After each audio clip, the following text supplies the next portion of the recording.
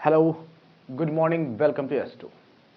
आज का अपना टॉपिक है इशू ऑफ शेयर कैपिटल का वेरी फर्स्ट प्रैक्टिकल क्वेश्चंस के टॉपिक।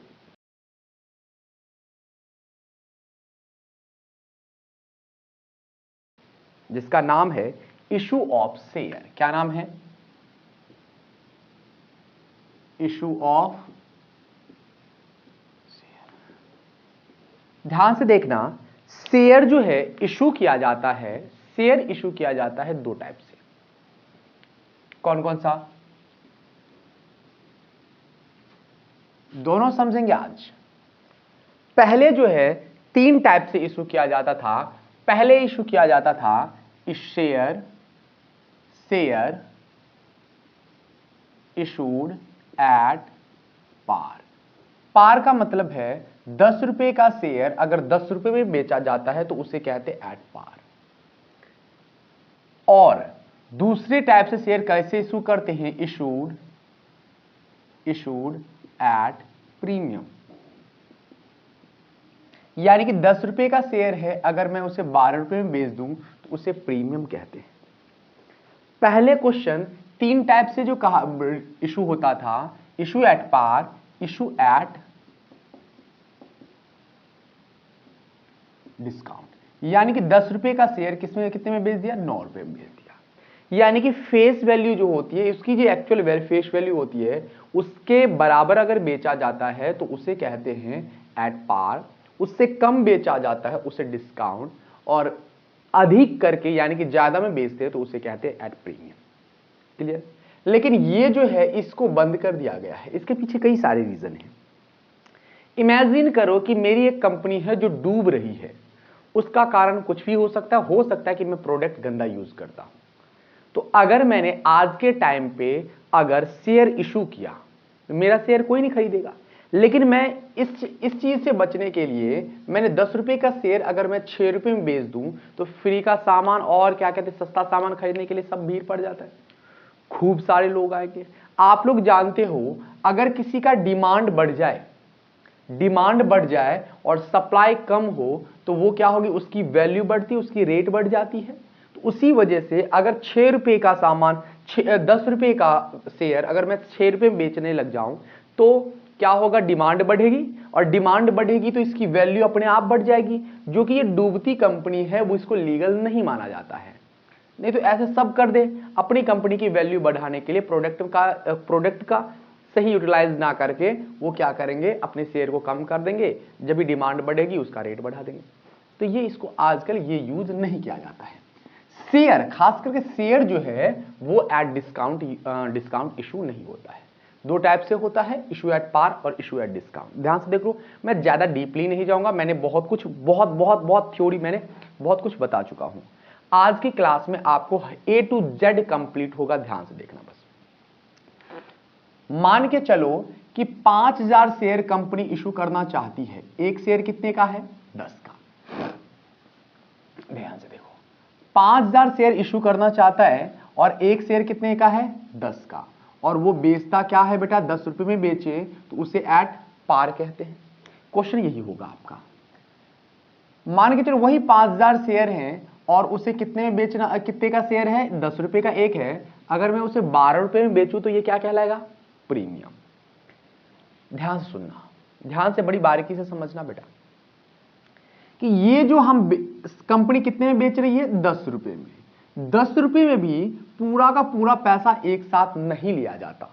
हाँ, ले सकते हैं, ऐसी बात नहीं, लेते भी हैं। लेकिन हम अभी आपको समझा रहे हैं, ये जो दो टॉपिक समझा रहे हैं वो हम ऐसे समझा रहे हैं कि किस्तों में ले। अगर किस्तों में ले तो किस्तों में लेने का मतलब होता है, मान के चलो कि 4 रुपए ले रहा है बेटा कैसे? एप्लीकेशन पे। मैंने ये सब कुछ बता चुका हूं पहले थ्योरी। 3 रुपीज जो है किस पर ले ले बेटा? अलॉटमेंट पे ले ले। और 3 रुपीज किस पे ले ले बेटा? फर्स्ट कॉल पे ले ले। फर्स्ट कॉल पे ले ले। अच्छा, अब ये क्या होता है? ये सब भी चीजें समझेंगे अपन। और वैसे ही ये शेयर है 12 रुपए जो मांग रहा है, मान के चलो कि 4 रुपए किस पर ले ले बेटा? एप्लीकेशन पे। 5 रुपए ले ले बेटा किस पर? अलॉटमेंट पे। और कितना बेटा? 3 रुपए ले ले कितना? फर्स्ट कॉल पे। ठीक है, अब समझना, इस चीजों को समझना, ये शायद समझ में आ गया। एप्लीकेशन का मनी का मतलब होता है एप्लीकेशन, जैसे कि कोई भी कंपनी जो शेयर इशू करती है वो इशू करने से पहले एक प्रोस्पेक्टस डालती है। प्रोस्पेक्टस का ज्यादा डीपली मतलब मत समझो, बस इतना समझो कि कोई कंपनी शेयर इशू करती है, उसके लिए एडवर्टाइज करते हैं, या फिर बैनर लगा दिया, या फिर कंपनी के बाहर पोस्टर लगा दिया, या फिर गूगल पे वगैरह ये सब पे एडवर्ट दे दिया, तो उसे ही कहते हैं प्रोस्पेक्टस कहते हैं, ज्यादा डीपली नहीं जाना है ना। उसमें सब कुछ लिखा जाता है, प्रोस्पेक्टस में सब कुछ एवरीथिंग रहता है, कंपनी की अच्छाई बुराई, प्रॉफिट लॉस, फलाना ढिमकाना, एसेट लायबिलिटी, सब कुछ इंफॉर्मेशन लिखा रहता है। इंटरेस्टेड लोग क्या करते हैं, उसमें शेयर इन्वेस्ट करते हैं, अपना पैसा लगाते हैं, शेयर खरीदते हैं। ठीक है, ज्यादा डीपली नहीं, अपन ये टॉपिक से भटक जाएंगे। टॉपिक से भटकना इसका मतलब हमें ज्यादा टाइम लग जाएगा, इस चीजों को हम अपनी स्पीड बढ़ा देंगे, आपको समझ में नहीं आएगा, वीडियो की लेंथ ज्यादा हो जाएगी। अब ध्यान से देखो, तो उसे कहते हैं, तो क्या होता है कि अगर शेयर इशू करते हैं तो प्रोस्पेक्टस डालते हैं, इंटरेस्टेड लोग उसको परचेज करना चाहते हैं, और वो परचेज करने के लिए क्या करते हैं, अपना एप्लीकेशन डालते हैं। एप्लीकेशन कंपनी के द्वारा जो एप्लीकेशन की वैल्यू होता है, साथ साथ हमें वो भी देना पड़ता है। अगर हम किसी कंपनी का शेयर खरीदते देना पड़ता है, जैसे कि उसे हम किस नाम से जानते हैं, एप्लीकेशन मनी के नाम से जानते हैं। ठीक है, मान के चलो बहुत सारे लोगों ने एप्लीकेशन डाल दिया, अब शेयर अलॉट करने के लिए उसे क्या किया जाएगा, अलॉटमेंट मनी की डिमांड की जाएगी। भाई आपको शेयर चाहिए तो हम क्या करें, हमें अलॉटमेंट मनी चाहिए। अब शेयर, फिर उसके बाद अगर आवश्यकता पड़ती है तो फर्स्ट कॉल, फाइनल कॉल, ऐसे करके आगे बढ़ते जाता है। First call, second call, third call, final call, जैसे जैसे होता है आगे बढ़ते जाते हैं। इस पर कोई दिक्कत नहीं, हम अब प्रैक्टिकल करते हैं, ये सब पहले भी बता चुका हूं आपको। अब यहां पर देखो सेम वही है बेटा। अब पहले हम इस क्वेश्चन को सॉल्व करते हैं, उसके बाद उधर चलेंगे अपन। ठीक है, सबसे पहले ध्यान सुनो, सबसे पहले जनरल एंट्री हमने आपको बताया कि कंपनी में लोग क्या करते हैं, शेयर खरीदने के लिए एप्लीकेशन डालते हैं, और एप्लीकेशन डालने से, एप्लीकेशन कागज से कोई मतलब नहीं है, हाँ वही कागज अगर पैसे के रूप में हो तो उससे मतलब है। तो ठीक है, वो कागज के साथ साथ पैसे भी डालते हैं, और उसे क्या कहते हैं बेटा, एप्लीकेशन मनी कहते हैं। कागज मतलब एप्लीकेशन डालने के साथ साथ एप्लीकेशन मनी भी पे आउट करना पड़ता है, उसे हम एप्लीकेशन मनी डालते हैं, मनी के नाम से जानते हैं। और वो मनी जो है बैंक अकाउंट से आता है, बैंक अकाउंट डेबिट टू, कैसे आया, पैसा आया है, क्यों आया है, तो सर एप्लीकेशन मनी लोगों ने डाला है, तो हम यहां पे लिखेंगे share application account, share application account. कितना, तो सर 5000 शेयर है, 5000 को अगर 4 से मल्टीप्लाई करेंगे तो कितना आएगा, 5 4 जा 20,000 आ जाएगा। क्लियर? अच्छा, नरेशन लिखना जरूरी है बेटा। नरेशन क्या आ जाएगा, मैं 2 में ही नरेशन बताऊंगा, बाद बाकी आप लोग समझदार हो कर लेना, क्योंकि स्पेस कम। हम लिखेंगे बेटा, यहां पर लिखेंगे एप्लीकेशन मनी रिसीव्ड। क्या लिखेंगे बेटा, एप्लीकेशन मनी रिसीव्ड। क्लियर? दूसरी जनरल एंट्री क्या होती है, एप्लीकेशन मनी को, एप्लीकेशन पैसा जो आया है, एप्लीकेशन का जो पैसा है उसे कहां पर ट्रांसफर करना बेटा, कैपिटल अकाउंट में ट्रांसफर करना। तो हम लिखते हैं share application account debit to share capital account. कितना, वही 20,000। सिंपल वाला बताता हूं बेटा, है ना। अब याद रखना, मैंने जहां जहां शेयर लिखा है, अगर क्वेश्चन में इक्विटी शेयर लिखा है तो आप इक्विटी शेयर लिखोगे, अगर प्रेफरेंस शेयर लिखा है तो प्रेफरेंस शेयर लिखोगे। अगर क्वेश्चन में रहता इक्विटी शेयर तो हम लिखते हैं बेटा यहां पर bank account debit to equity share application account, और यहां पर लिखते equity share application account debit to equity share capital account. Clear? ये सब चीजें आनी चाहिए। इसका नरेशन क्या होगा, हमने क्या किया है, एप्लीकेशन मनी को कैपिटल में ट्रांसफर किया है, तो हम लिखेंगे कि application money transfer to capital account. Clear बेटा? अब आते हैं तीसरी जनरल एंट्री पे, चलते हैं बेटा। ध्यान सुनो बेटा, सिर्फ और सिर्फ आपको ये दोनों याद करने की जरूरत है, उसके बाद कुछ नहीं। यहां पर एप्लीकेशन में क्या होता है, ध्यान से देखो, इधर देख लो बेटा। एप्लीकेशन में सबसे पहले हमारे पास मनी रिसीव्ड होता है, फिर हम ड्यू करते हैं। लेकिन अलॉटमेंट और फर्स्ट कॉल में क्या होता है, पहले ड्यू करते हैं फिर रिसीव्ड होता है, ड्यू करते हैं फिर रिसीव्ड होता है। क्लियर बेटा? यानी कि पहले हम पैसा मांगेंगे तभी तो पैसा लोग देंगे, मांगेंगे फिर देंगे। एप्लीकेशन तो लोग अपनी इच्छा अनुसार स्टार्टिंग में करते हैं तो पैसे पहले पे करते हैं।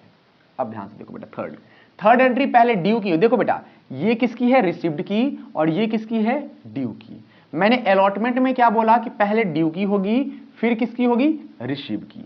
तो सेम जनरल एंट्री बेटा, no doubt same journal entry, सिर्फ नाम बदलेगा। ध्यान से देखो बेटा, हम पहले किसकी करेंगे, तो सर पहले ड्यू की करेंगे। तो ड्यू की एंट्री ये है, यहां पर लिखूंगा मैं शेयर, एप्लीकेशन के बदले आ जाएगा allotment account debit to share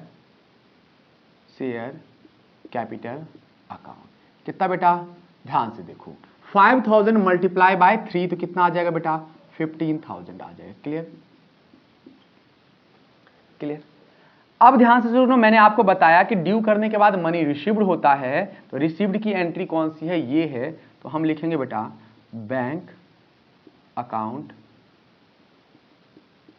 debit to, क्या रिसीव हो रहा है, तो sir allotment money to share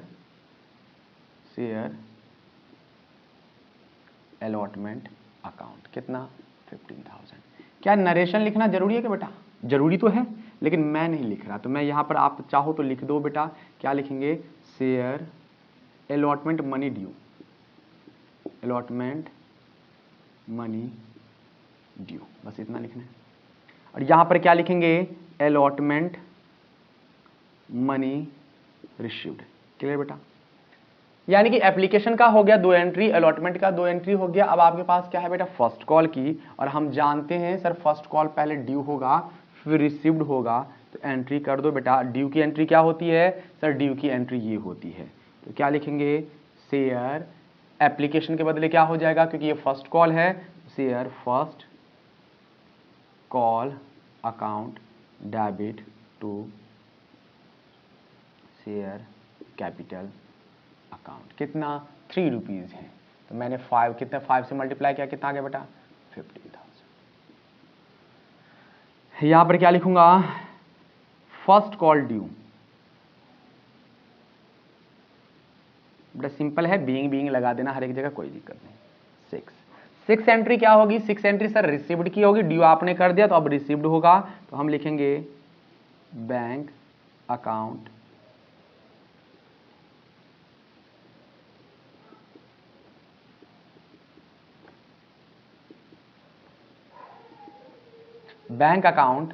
debit to first call. Clear? कितना बेटा, 15,000, और यहां पर कितना आ जाएगा, 15,000। इसका नरेशन लिखना आपका काम है, ठीक है? क्लियर? अच्छा, अब ध्यान से सुनो, और कुछ नहीं बेटा, सेम टू सेम यही क्वेश्चन इधर भी आएगा बेटा, कुछ नहीं है, बस यहां पर समझो कि 10 रुपए का शेयर कितने रुपए में बेच रहा है, 12 रुपए में। 4 रुपए एप्लीकेशन पे हो गया, 5 रुपए किस पे हो गया, अलॉटमेंट पे हो गया, 5 4 9 और 3 कितने हो गए, 12 हो गए। तो सर अब यहां पर 12 रुपए जो हम ले रहे हैं, कैसे पता चलेगा कि प्रीमियम का पैसा कहां पर ले रहे हैं? तो ध्यान से देखो बेटा, जिस क्वेश्चन में लिखा ना हो कि प्रीमियम का पैसा कहां लेना है, उस क्वेश्चन में अलॉटमेंट ही क्या माना जाता है, अलॉटमेंट में ही क्या मानते हैं, प्रीमियम। वैसे क्वेश्चन बोल देगा इंक्लूडिंग प्रीमियम बोल रहा होता है बेटा, नहीं जिसमें बोले तो उसमें समझ लेना कि अलॉटमेंट में है। तो ये 4 रुपए तो बेटा एप्लीकेशन का हो गया, 3 रुपए किसका हो गया, फर्स्ट कॉल का हो गया, 4 3 7। इसका मतलब इसमें जो 3 रुपए है वो कैपिटल का है और 2 रुपए किसका है बेटा, प्रीमियम का है। खत्म। चलो अब ध्यान से देखो, करते क्वेश्चन। इसमें ध्यान से देखो, हमने जो ये जो एडिशनल काम किया है, इसमें और इसमें सिर्फ और सिर्फ इसमें डिफरेंस है, तो यानी कि एप्लीकेशन में तो कुछ भी नहीं है, तो application as it is same to same यही आएगा बेटा। तो मैं यहां पर लिख देता हूं, मैं यहां पे फर्स्ट एंट्री इसकी होगी, एक देखो फर्स्ट एंट्री होगी किसकी, bank account debit to share application account. कितना, तो 5,000 को 4 से मल्टीप्लाई करेंगे तो कितना आ जाएगा, 20,000 और 20,000। क्लियर। नरेशन आपका लिखना काम है बेटा।